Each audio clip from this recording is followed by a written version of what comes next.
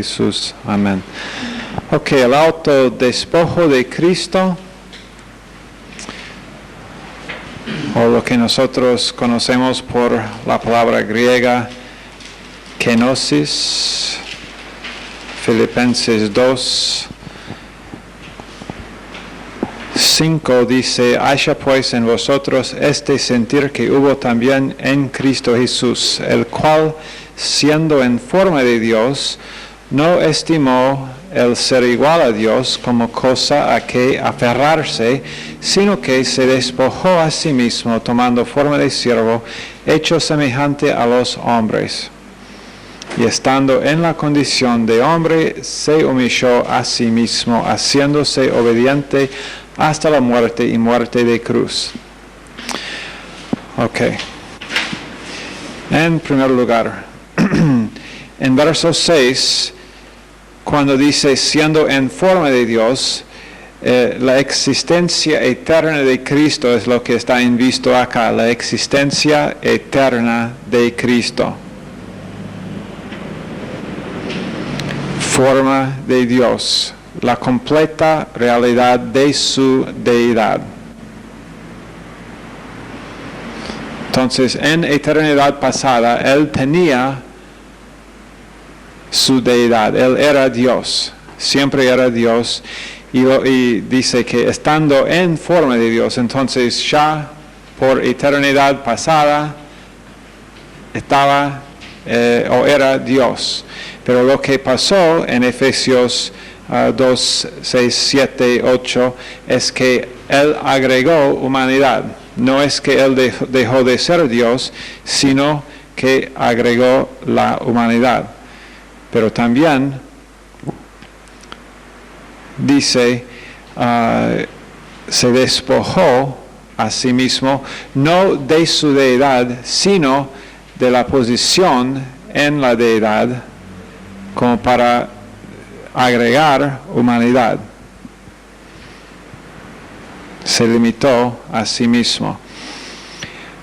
Vamos a hablar acerca de a qué punto se limitó a sí mismo en unos minutos. Pero cuando dice acá, por ejemplo, en verso 6, que no estimó el ser igual a Dios como cosa a que aferrarse, eso no significa que Él estaba intentando llegar a ser Dios, sino que Él ya no tenía que aferrarse a esto, y no significa que Él no o dejó de ser Dios, sino que, lo vio como una cosa, soy Dios, no es una cosa que tengo que mantener el ser Dios mientras soy un ser humano, sino es una cosa que siempre voy a tener, no voy a en ninguna manera perder el hecho de ser Dios. Ok. En versos 7 y 8 tenemos el autodespojo, y fue algo autoimpuesto. Él decidió, dice que se despojó a sí mismo, no dice que Él fue despojado por el Padre, sino que Él se despojó a sí mismo. Para tomar la forma de un siervo, Él tenía que ser humano.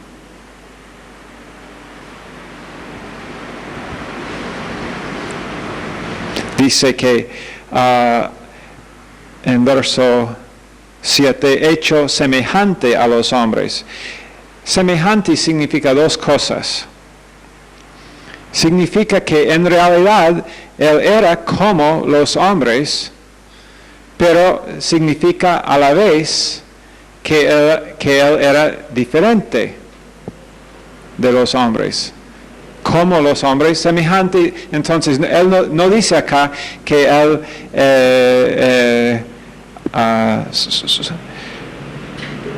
hecho hombre, aunque era hombre, pero la razón por que dice hecho semejante a los hombres es para enfatizar las dos cosas. Como hombre, sí, pero diferente de hombre también, semejante a los hombres. ¿Y en qué se diferenció Jesucristo de los hombres? Él era Dios. En su humanidad.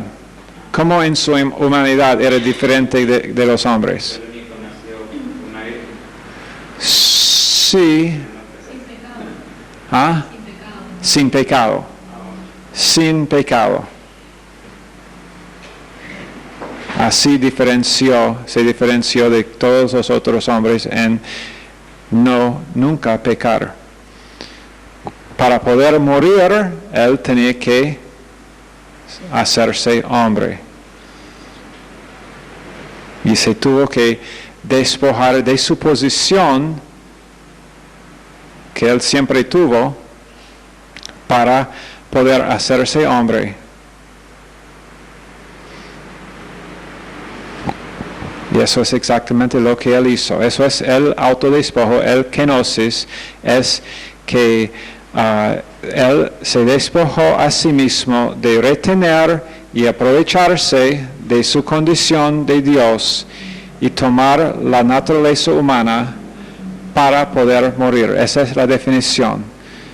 Cristo se despojó a sí mismo, definición de kenosis. Cristo se despojó a sí mismo de retener y aprovecharse de su condición de Dios, y él tomó la naturaleza humana para poder morir. Permitió el kenosis, el autodespojo, permitió la adición de la humanidad, pero no implicó la subtracción de su deidad. Estoy repitiendo este hecho para una buena razón. Permitió la adición de la humanidad, pero no implicó la subtracción de su deidad. En el libro, si han leído ese capítulo 44, van a ver que el señor Ryrie tiene una opinión acerca de que, creo que habíamos dicho en la clase anterior que íbamos a estudiar un poquito alguna discusión que hay entre creyentes, si es que el autodespojo, el kenosis, significó que Cristo se limitó a sí mismo absolutamente de funcionar en alguna vez en alguno de sus atributos divinos, o si él lo hizo de forma relativa. El señor Ryrie toma la posición de que Jesucristo dice que perdón, hizo algunos de sus milagros en su propio poder. Él da algunos ejemplos: Lucas 22, 51, Juan 18, 6, y él dice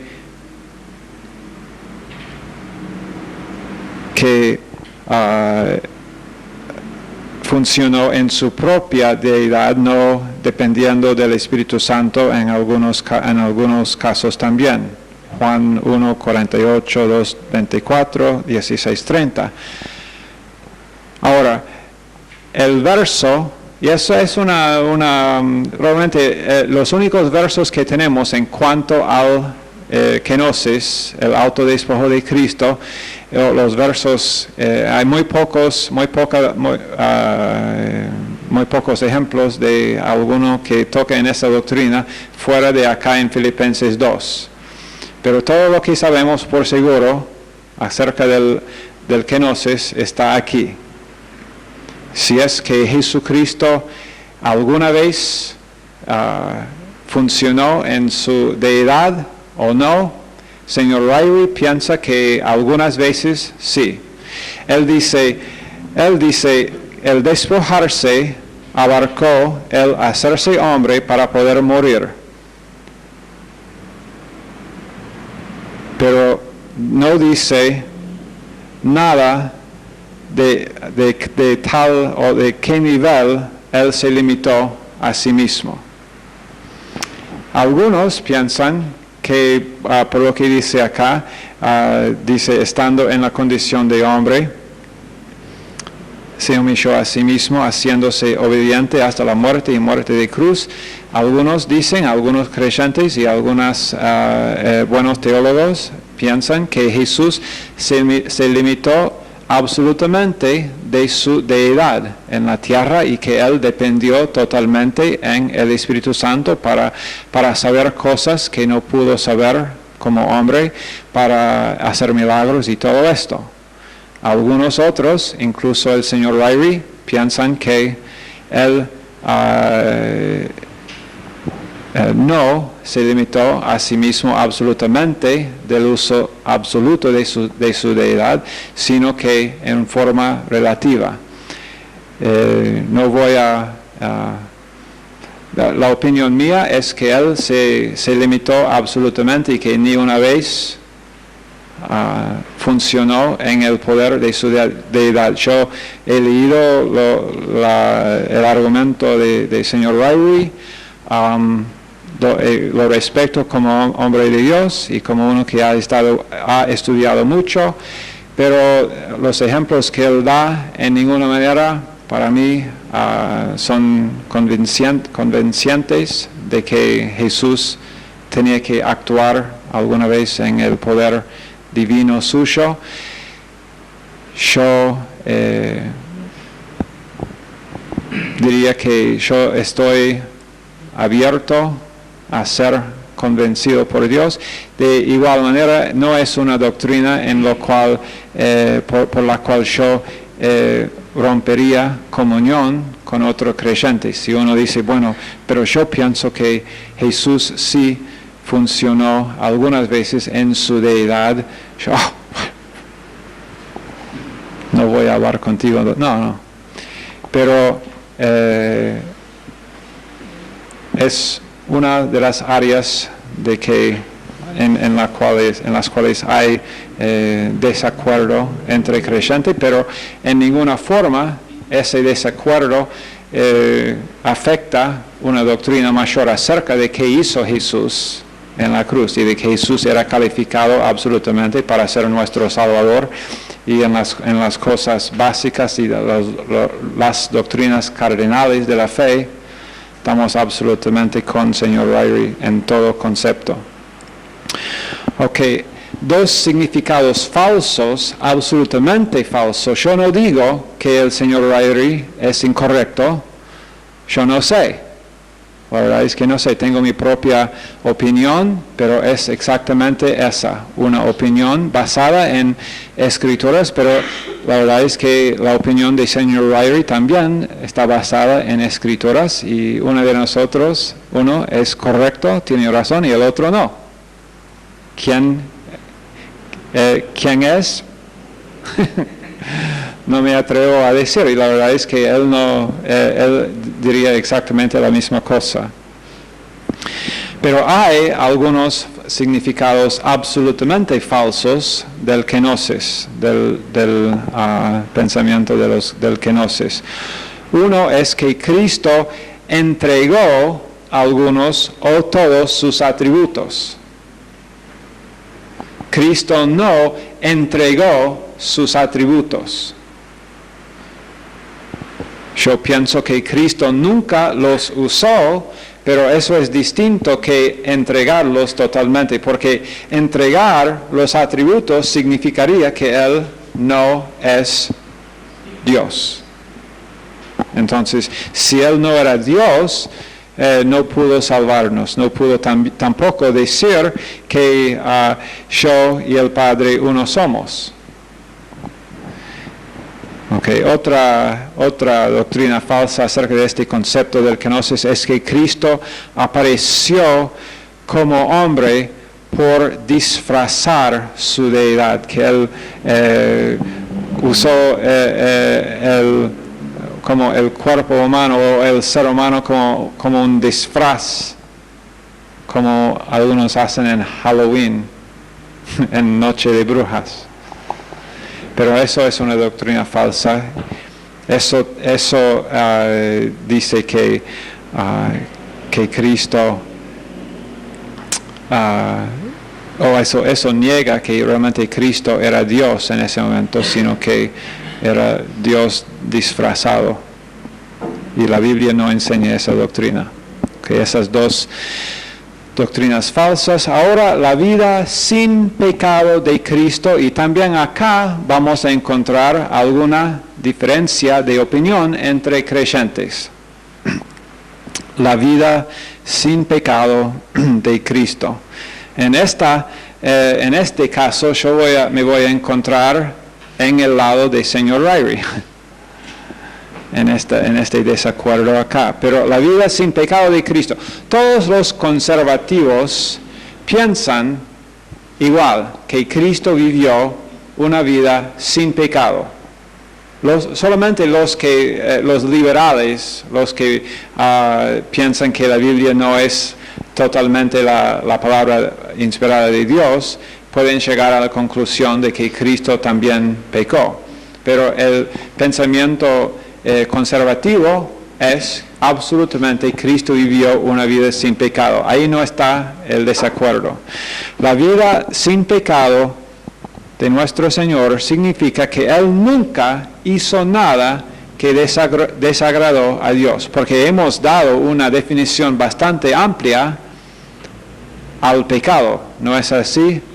3 semanas de clases, 3 semanas y media de clases sobre lo que es el pecado.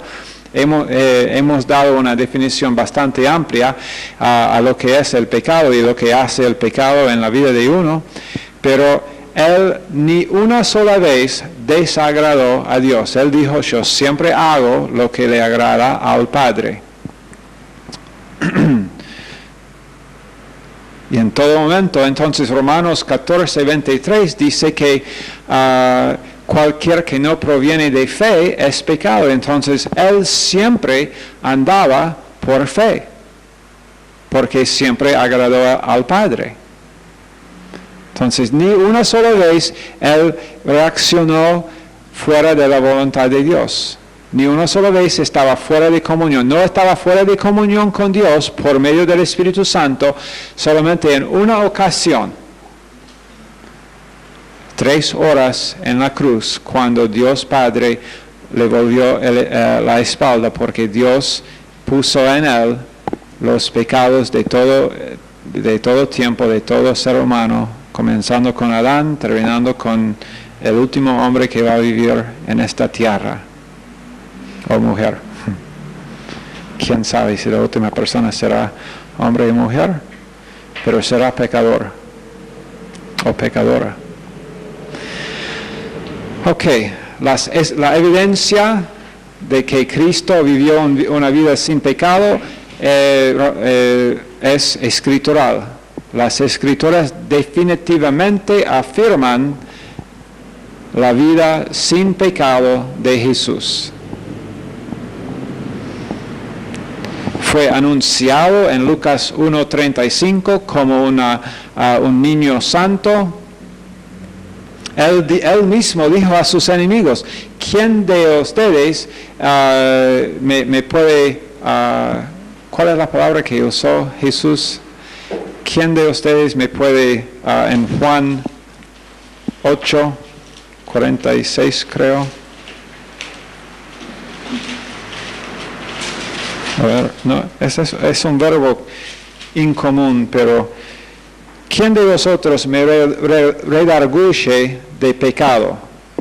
¿Quién de vosotros me redarguye de pecado o me puede culpar de pecado? Y la respuesta era, ninguno de nosotros. Aún ellos quisieron. Ojo, ellos quisieron culparle o poder decir, ajá, sí, en esto pecaste, pero nadie pudo en ninguna forma culparle al Señor de pecado. Pablo dice, el Señor no conoció pecado en 2 Corintios 5:21, Pedro también en 1 Pedro 2:22, Juan también afirmó en 1 Juan 3:5 que Cristo nunca había pecado. Ok, todos entonces los conservadores de acuerdo de que Cristo nunca pecó. El debate, el desacuerdo está en si él pudo haber pecado o no. ¿Pudo haber pecado? Hay dos frases en el latín. Uno es non posse peccare, y el otro es posse non peccare. Estos están en tu libro en página 300, si quieren saber cómo deletrear el latín. Pero non posse peccare significa no posibilidad de pecar. No posible pecar, non posse peccare.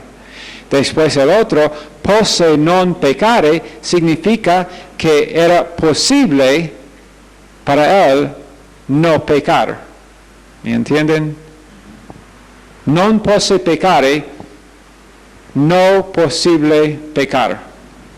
La otra posición, posse non peccare, posible no pecar. Entonces, aquí son los dos puntos. Uno dice, bueno, no fue absolutamente posible por el Jesucristo pecar. Non posse peccare, imposible pecar. Y eso es absolutamente verdadero acerca de su naturaleza divina. ¿Puede Dios pecar? Bueno, la Biblia misma nos dice, absolutamente imposible la divinidad, Dios no puede pecar. Imposible, entonces, non posse peccare. Y acuérdense de que Jesús, el Dios hombre, es una persona, pero tiene dos naturalezas. Y ya hemos dado mucha evidencia acerca de la separación de esas dos naturalezas, pero separación de naturalezas y no mezcladas las naturalezas, pero dentro de ¿cuántas personas? Una persona.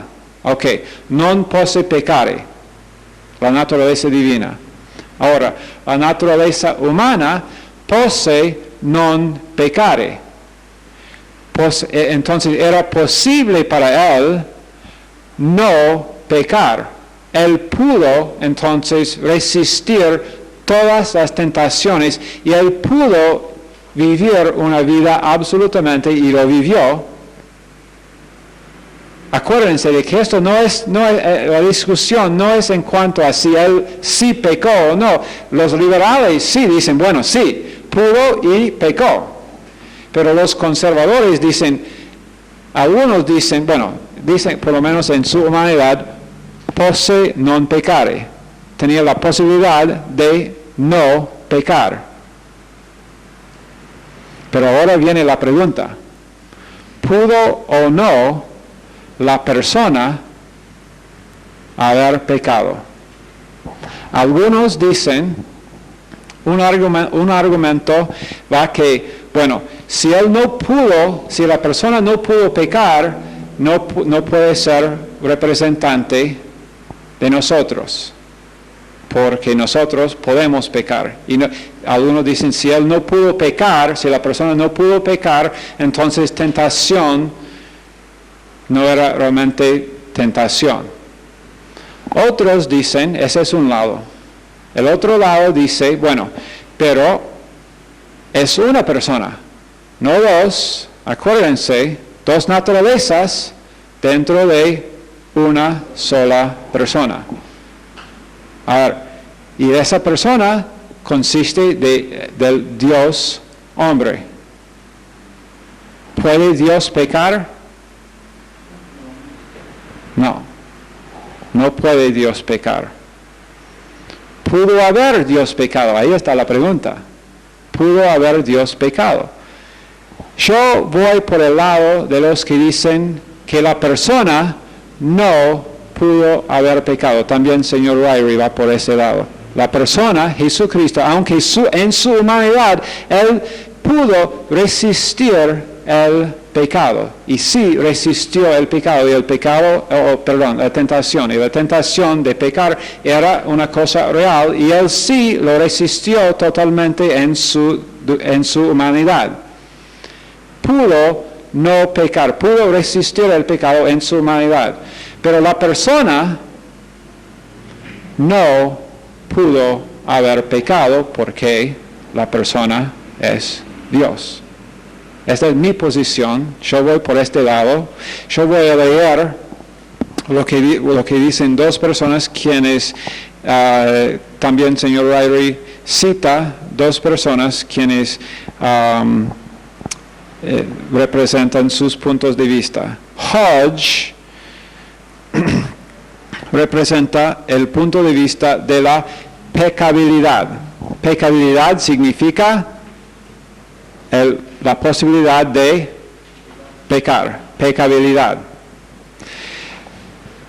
Hodge dice esto: la tentación implica la posibilidad de pecado. Si dada la constitución de su persona era imposible que Cristo pecara, entonces su tentación fue irreal y sin efecto, y él no puede compadecerse de su pueblo. Por el otro lado, Shedd escribió: se objeta que la doctrina de la impecabilidad significa imposibilidad de pecar. Entonces Shedd va por ese lado de la impecabilidad, y él dice: se objeta que la doctrina de la impecabilidad de Cristo es inconsecuente con su tentabilidad. Se dice que una persona no puede pecar, una persona que no puede pecar no puede ser tentada al pecado. Esto, dice Shedd, no es correcto, como no lo sería decir que porque un ejército no puede ser derrotado, no puede ser atacado. Shedd dice, por los que dicen que, Shedd está en el lado de impecabilidad, que Cristo no pudo haber pecado. Y él dice, porque algunos dicen, pero no estoy de acuerdo porque Cristo, si no pudo pecar, no pudo realmente ser tentado. Pero él da la ilustración y dice, si tú dices esto, será como decir, que este ejército, por causa de que es un ejército tan bien armado, que no puede ser derrotado. Por otro, hay un buen ejemplo ahora que está en Afganistán. ¿Puede el ejército de Afganistán derrotar al ejército de los Estados Unidos? No, imposible. Pero, ¿puede atacar el ejército de Afganistán o de los talibanes? ¿Atacar? Claro, pueden atacar, y él da esa ilustración. Puede atacar, y si son atacados tendrán que resistir. Él dice entonces, Cristo sí fue tentado y la tentación fue real, pero resistió, pero no como la persona, una persona, dos naturalezas. Y entiendo que esta es un punto difícil para llegar a una conclusión, porque en los dos lados, si uno los escucha con mente abierta, los dos lados parecen tener razón. ¿Puede Dios pecar? No. ¿Pero fue necesario que Cristo pudo haber pecado? Sí. Entonces, ¿a qué llegamos? Otra vez, rompemos comunión con otro creyente sobre este asunto. En ninguna forma. En ninguna forma. Llega a tu propia conclusión, digo yo. Lo he enseñado, decides tú. Después, la resurrección y la ascensión de Jesús. La resurrección y la ascensión. Primero, la resurrección de Jesús fue muy importante por varias razones. Primero, Si Él no resucitó, es mentiroso, porque Él dijo que iba a resucitar, ¿no? Profetizó Jesús Él mismo que Él iba a resucitar. Entonces, si no resucitó, Él es mentiroso. Esa es una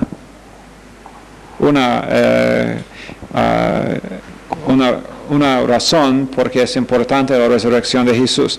Después, para su obra, si Cristo no resucitó, entonces Él no puede realizar sus ministerios después de la muerte. Decimos ministerios post-resurreccionales. Ministerios post-resurreccionales. Si Él no resucitó, claro, Él todavía está muerto. También eso significa que nosotros no tenemos Dios, no le tenemos a Jesucristo fortaleciéndonos, dándonos poder, porque Él está muerto, si no resucitó. No tenemos un sumo sacerdote, no tenemos un abogado que nos defiende ante el Padre, no tenemos no tenemos la iglesia, ya no tiene cabeza, la iglesia anda y la verdad es que en algunas formas parece que sí, porque la iglesia ha negado su cabeza, pero sí tiene una cabeza. Okay. No hay evangelio sin la resurrección de Jesucristo. No hay evangelio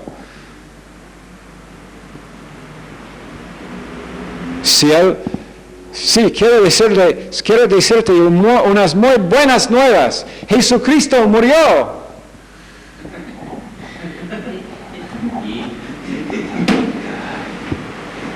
Qué bueno.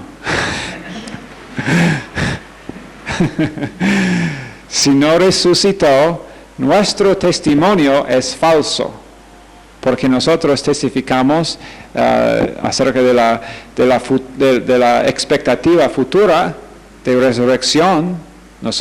Si Cristo no resucitó, nosotros tampoco tenemos esperanza de resucitar.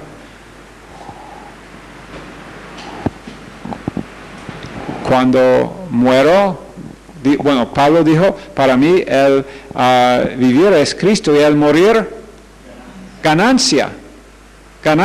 Una persona que si Jesucristo no resucitó, entonces nosotros no tenemos esperanza de resucitar tampoco. Y morir entonces no es ganancia. Morir es chao. Ok. La evidencia de la resurrección de Jesucristo.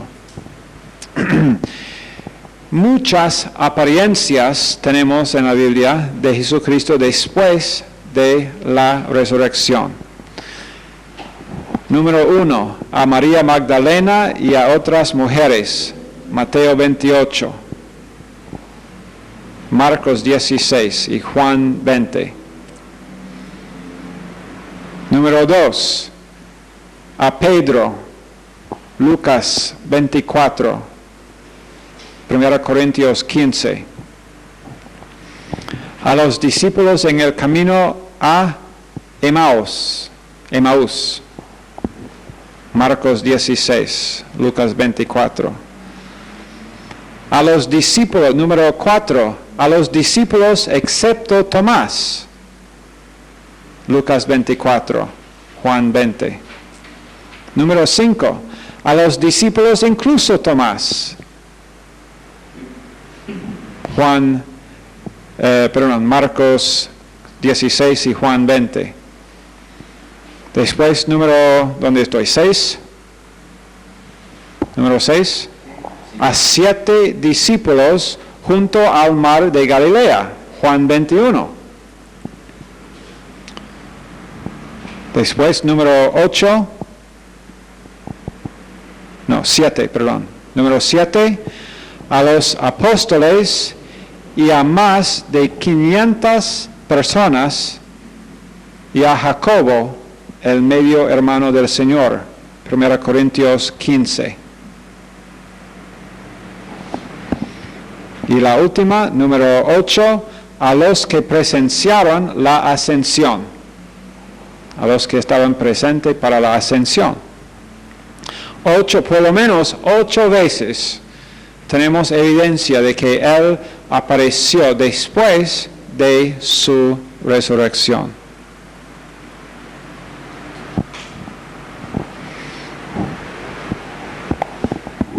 A más, y en una sola ocasión, a más que 500 personas. Ok, también evidencia para la resurrección. Hay efectos que demandan una causa. Hay ciertos efectos que demandan una causa. Uno, la tumba vacía. Ahí está, la tumba vacía. ¿Qué pasó? Guardias romanos.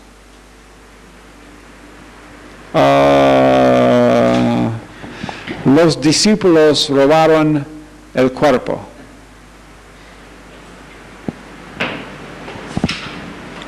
Si eso hubiera pasado, esos guardias hubiesen sido matados y tampoco creemos que estamos hablando de un guardia probablemente de entre 50 y 100 soldados del ejército más poderoso en ese tiempo en el mundo.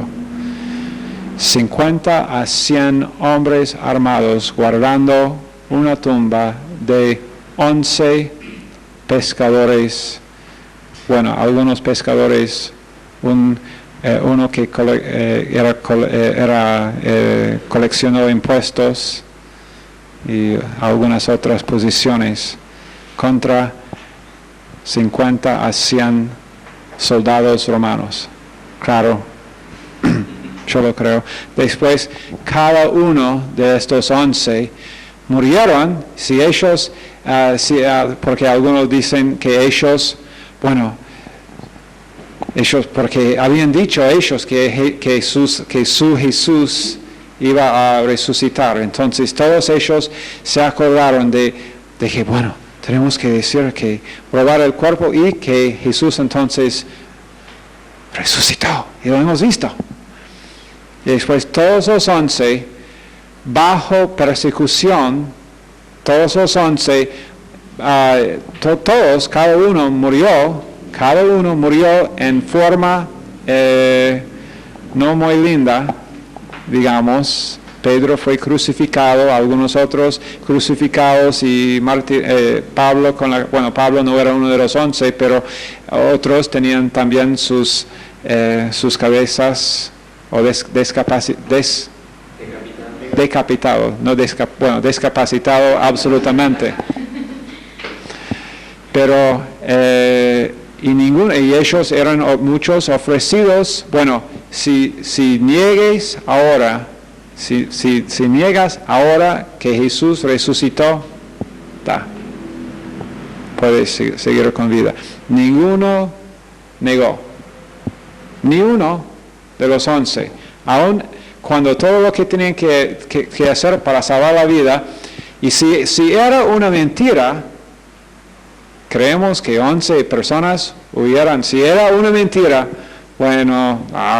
si me vas a levantar la cabeza, sí. Es suficientemente un milagro que aunque fuese la verdad que Jesús resucitó y todos lo vieron, es un milagro bastante grande que ninguno de ellos no negaron la verdad para salvar la vida. Es un hecho de cuán poderoso era el Espíritu Santo en ellos, y esa es una otra evidencia. Ok.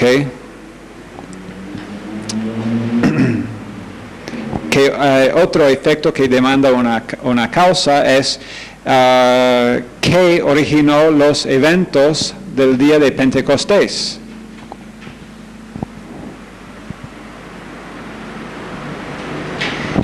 El Espíritu Santo descendió, hombres hablaron en idiomas nacionales para que todo el mundo pudo oírlos. Pedro atribuyó la venida del Espíritu al hecho de que Cristo resucitado había enviado el Espíritu. Ese es otro efecto que demanda una causa, y la causa es que Jesús sí resucitó. Algunos resultados de la resurrección de Jesucristo es un nuevo cuerpo glorificado, del cual Él mostró el prototipo. Aquí está, hombres, el cuerpo que van a tener ustedes. Él modeló para ellos ese cuerpo. Su cuerpo tenía conexión, era similar a su cuerpo terrenal en algunos aspectos.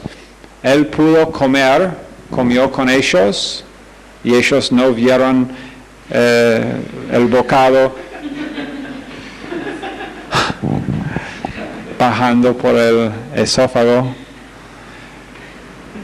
pero ellos lo reconocieron. Sí, es Él, es Jesús.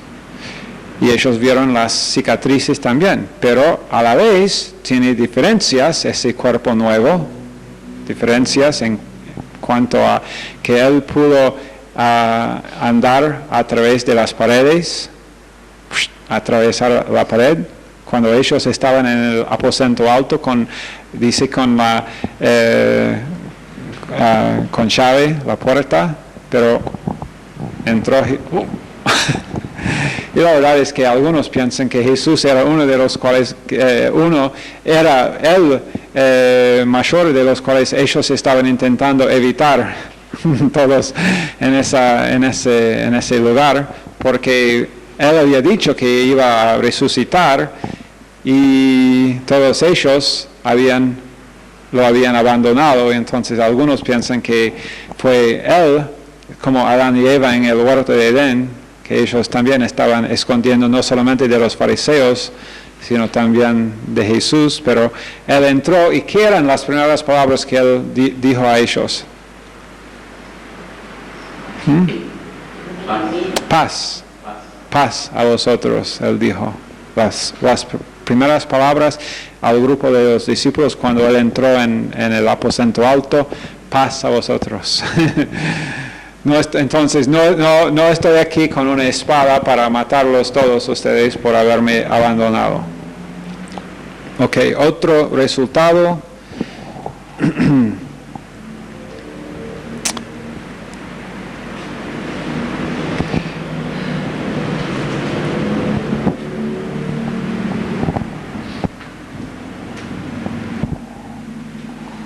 Era una prueba de la afirmación de Jesús, de que Él iba a resucitar.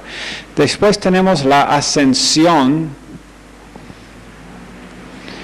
Las escrituras en el Antiguo Testamento afirmaron que el Cristo iba a resucitar. También Cristo mismo dijo que Él iba a ascender. Estamos hablando de la ascensión, que Él iba a que iba a suceder la ascensión al cielo. La descripción principal de la ascensión está en Hechos 1, versos 6 a 11. La importancia de la ascensión es que la ascensión marcó el fin del período de la humillación de Cristo. Marcó la ascensión el fin del período de la humillación de Cristo y su entrada en el estado de exaltación.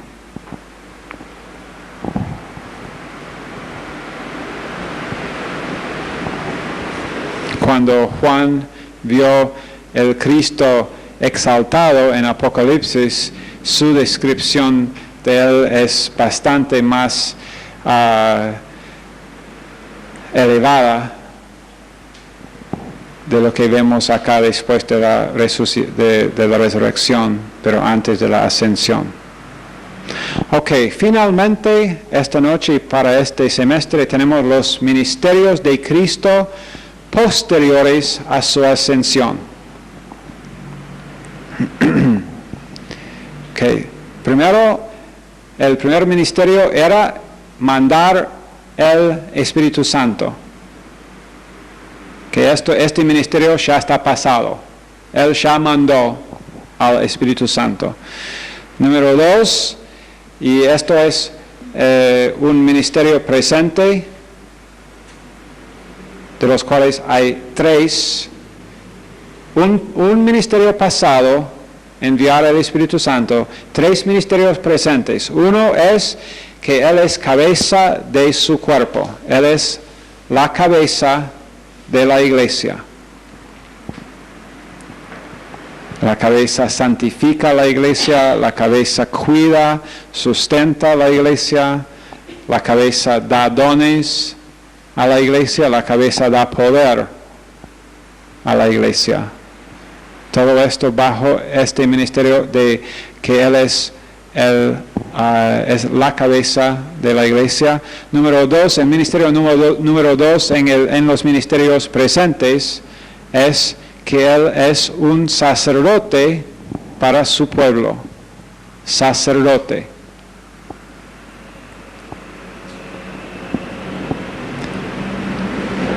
Intercede por nosotros. Y número 3, bajo los ministerios presentes, es ¿qué más está haciendo Jesucristo por nosotros ahora? Más que ser cabeza de la iglesia y de ser sacerdote y interceder por nosotros, ¿qué está haciendo? Preparando, ¿qué? Preparando en el cielo moradas. Está preparándonos moradas en el cielo. Ok, entonces tenemos los 3 ministerios presentes. Es cabeza de su cuerpo, es sacerdote para su pueblo y número 3, está preparando un lugar para nosotros. Que también hay 3 ministerios futuros de Jesús. 3 ministerios futuros. Número 1, Él resucitará a los muertos. Número 2, Él recompensará a toda persona. Recompensará a toda persona.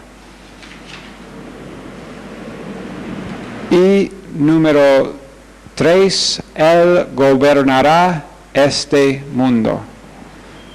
No tengo tiempo para profundizar en estos 3 ministerios. Resucitará a los muertos, recompensará a toda persona y gobernará este mundo. ¿Cuándo gobernará este mundo? En el milenio. Ahora, espérenme un minuto, no apague.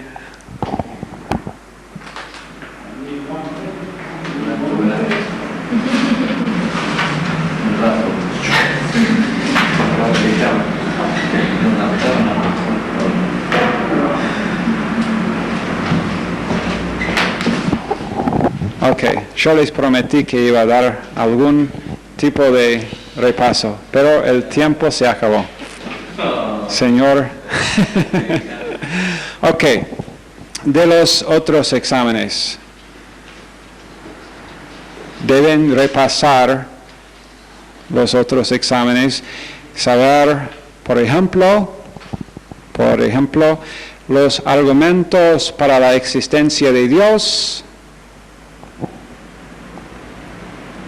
Deben conocer bien los atributos de Dios.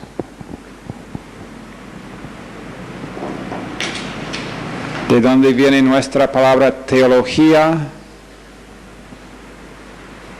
Algunas definiciones que damos acerca de algunas palabras como ortodoxa, católico y este tipo de cosas. ¿Cómo son los liberales? ¿Qué son las marcas de liberalismo y conservadurismo?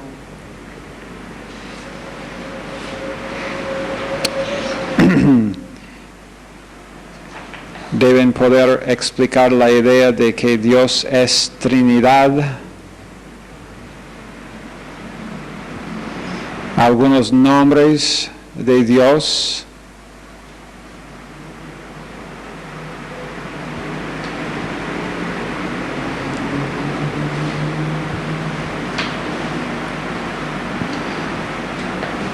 En cuanto a la inspiración de la palabra de Dios, deben saber algunas palabras como, por ejemplo, plenaria, verbal, y algunas otras palabras relacionadas a esta doctrina. Ángeles, nombres de Satanás, los lugares en la Biblia, en el Antiguo Testamento, que describen a Satanás específicamente.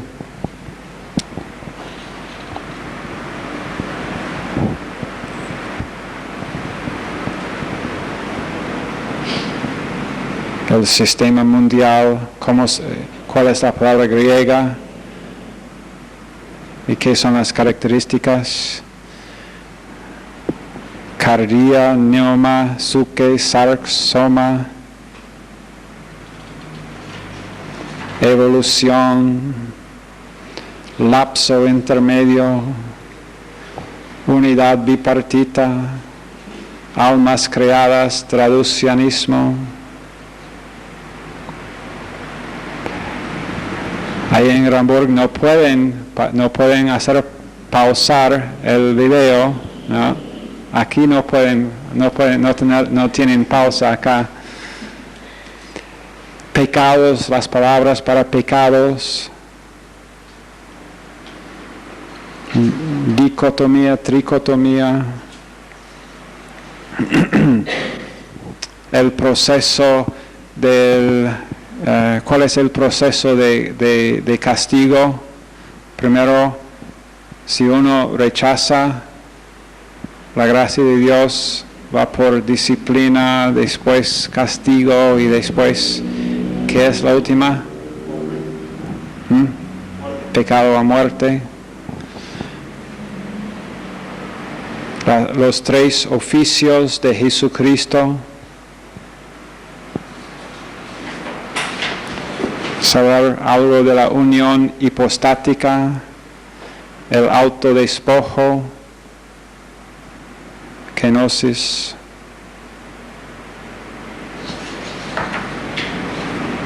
pecabilidad, impecabilidad y muchas otras cosas. Señor, bendice cada uno en el nombre de Jesús. Amén.